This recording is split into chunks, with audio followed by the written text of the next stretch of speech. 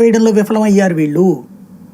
హిందువులు ఇవాళ దేశవ్యాప్తంగా చైతన్యవంతులు అవుతున్నారు, ఆలయాలకు వెళ్ళాలనుకుంటున్నారు, వాళ్ళల్లో ఒక బలమైనటువంటి సెంటిమెంట్ రగులుతోంది.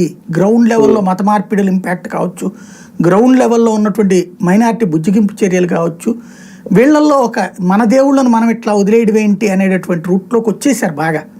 ఈ చైతన్యం పెరుగుతోంది క్రమక్రమంగా. దానికి సాక్ష్యం హిందూ శంకరం చూసాం కదా.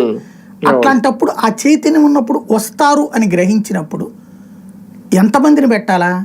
శ్రీవారి సేవకులను 25,000 మందిని బట్టరా పెట్టి అక్కడ లైన్లో వచ్చిన వాళ్ళని వచ్చినట్టు. ఇప్పుడు ఏం చేయాలి? క్యూ లైన్లో పెట్టలేదు. ఇక్కడ ఏం చేశారు? ఆ బైరాగి పట్టెడ ప్రాంతంలో అక్కడ ఉన్న పార్కులో కూర్చోబెట్టేశారు వాళ్ళందరినీ. వచ్చిన వాళ్ళందరూ అటు పోండి, ఆ లోపల పోండి, ఆ లోపలికి పోండి అన్నారు. అక్కడే తప్పు చేసింది ఏంటంటే, ఒకవేళ అక్కడే కూర్చోబెట్టాలనుకున్నావు నువ్వు అంటే, ఎప్పుడో తెల్లారుజామున రెండో రోజు తెల్లారుజామున 4 గంటల కంటే ఇవాళ పొద్దు నుంచి వస్తే మేమేం చేయాలంటారు వీళ్ళు. బట్ ఇది అంచనా వెయ్యాలి, అది అంచనాలో విఫలమయ్యారు. అలా వచ్చిన వాళ్ళందరూ పార్కులో కూర్చున్నారు, బయటికి వెళ్ళి తెచ్చుకుంటున్నారు, తింటున్నారు, తిరుగుతున్నారు, అదో పార్క్ లాగా కూర్చుని ఉన్నారు. అలా కాకుండా నువ్వు ఈ క్యూ లైన్ కోసం అన్నావు కదా, అలా వచ్చిన వాళ్ళందరినీ ఫస్ట్ లైన్లో కూర్చోబెట్టు, దాని వెనకాల సెకండ్ లైన్లో కూర్చోబెట్టు.